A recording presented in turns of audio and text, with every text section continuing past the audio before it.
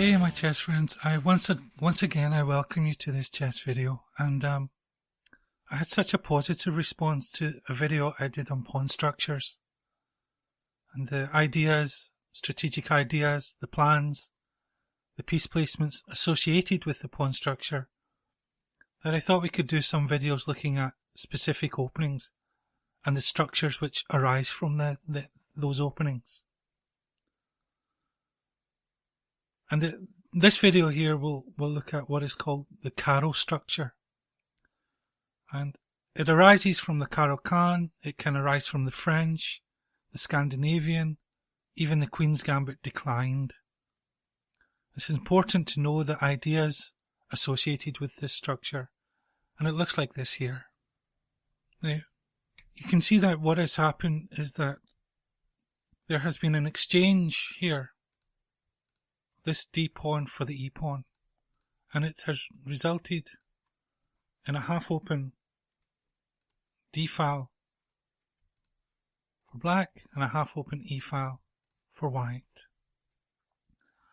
Now, white has a slight advantage because of his advanced D pawn. He has better outposts for his pieces on C5 and E5. As opposed to D5 and F5. They're better because, well, quite simply put, they're much closer to the opponent than either this one on D5 or F5. White also has the idea of a pawn break in the centre. For example, C4, we'll just give black a move, and D5. Black, on the other hand,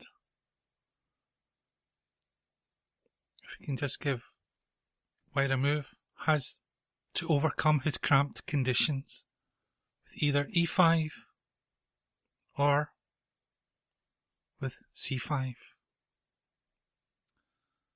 The E5 is usually more difficult to orchestrate, but it's to be preferred.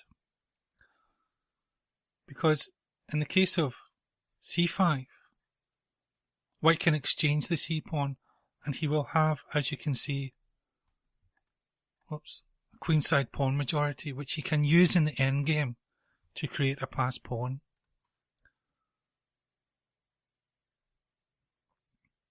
So E5 is usually preferable, but it's often much more difficult, if not impossible, to get in. Now, the game that we're going to look at is a game from 1930 between Emanuel Lasker and the legendary Cuban player Jose Raul Capablanca. Lasker had the white pieces and he played E4. We have E6, D4, D5 is the French defense. Lasker plays probably the most aggressive move, which is knight to C3, and we have the winner variation, bishop to B4. And Lasker liked this move, knight to E2. Capablanca took in the centre, and we have A3. Then normally what happens is black will take on C3, but there's no point here because he can inflict no structural damage on white in compensation for giving up the bishop pair. So Capablanca simply goes back to E7. Knight takes on E4, knight F6, knight C3, and here Capablanca plays knight to D7. Lasker plays bishop F4, which Grandmaster Andrew Soltis gives an exclamation mark, and hopefully you understand why. Well, quite simply, of course, it prevents the move E5. Which of course we understand is one of black's freeing moves to liberate his cramped position. We have knight takes on E4, knight takes on E4, knight F6, bishop D3, black castles, knight takes on F6 with check, bishop takes F6, C3, and here Capablanca plays this very tricky move, queen to D5.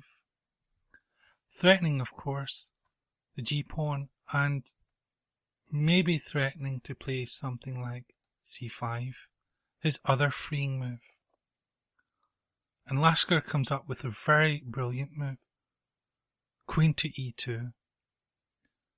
Now this essentially prevents the move c5, because if Capablanca tries c5, well, we have bishop to e4, the queen is forced to move, and bishop to d6, which essentially, of course, wins the c-pawn.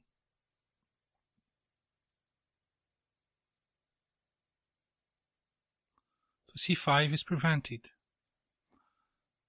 If queen takes on g2, well, you have once again bishop to e4, and white gets quite a serious initiative.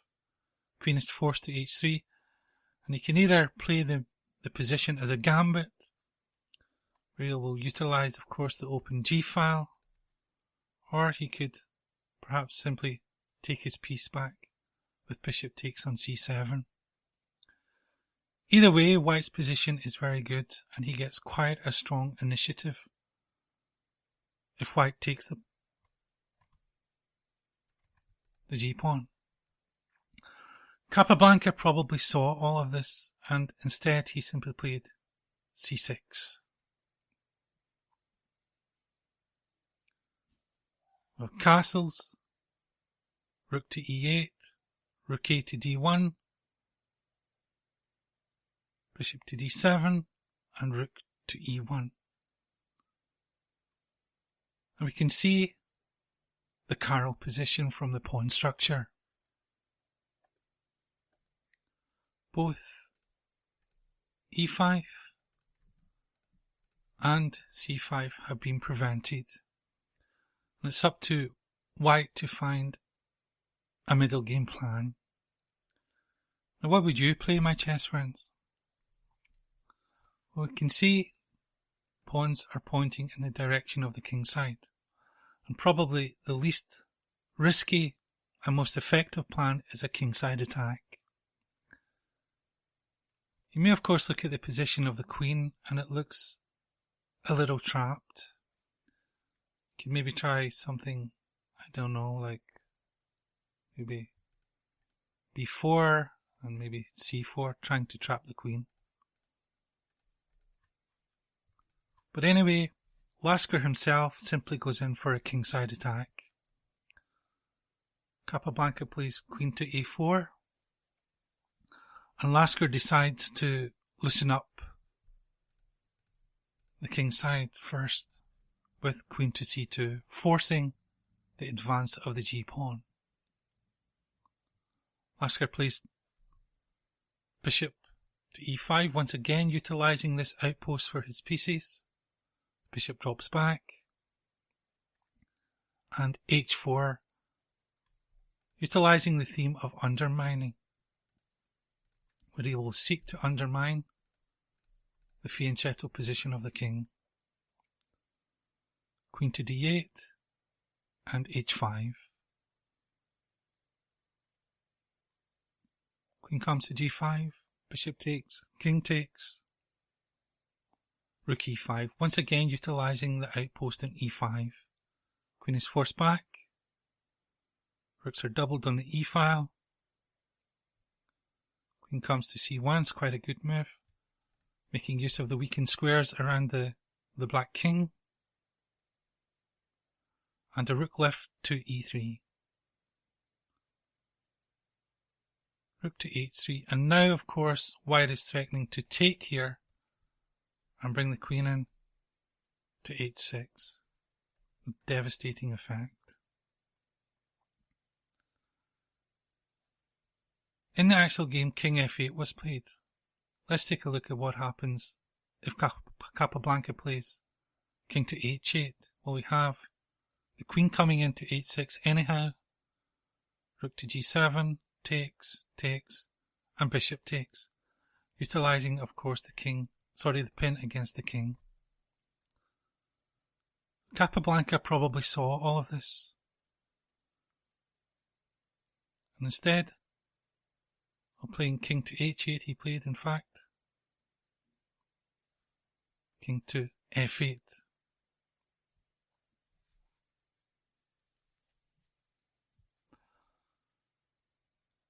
Queen comes to h6, rook to g7, takes, takes.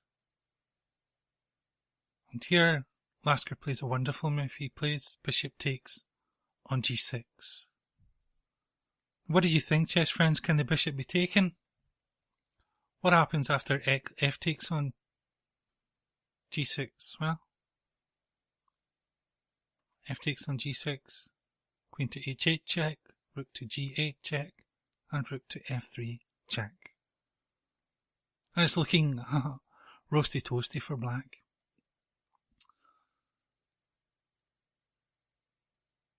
Capablanca, of course, probably saw this, and he never took. And in fact, instead, he played queen to f6. Lasker played rook to g5, king to e7, rook to f3, and Capablanca was forced to give up his queen. Takes, takes. And after this, White won, I won't say easily, but he managed to convert his position into a win, utilising the greater mobility of the queen and the looseness of black's pawns.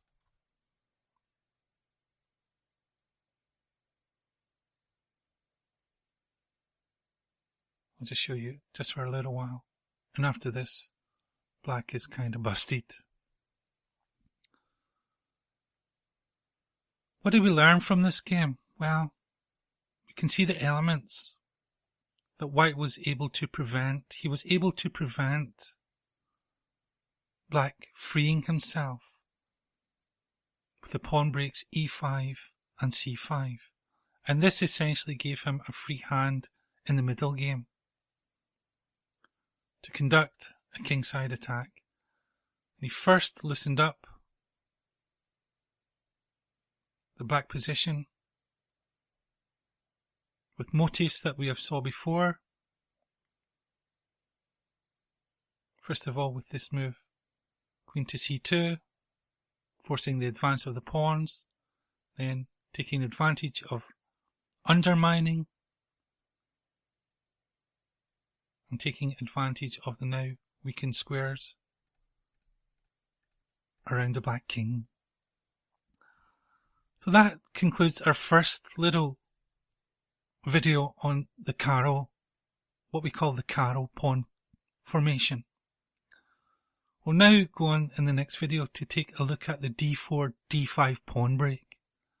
And hopefully, my chess friends, you will join me there. So once again, I thank you sincerely for taking the time to watch this chess video. And suffice to say, I do wish you well with your own chess. Take care, my friends, and goodbye.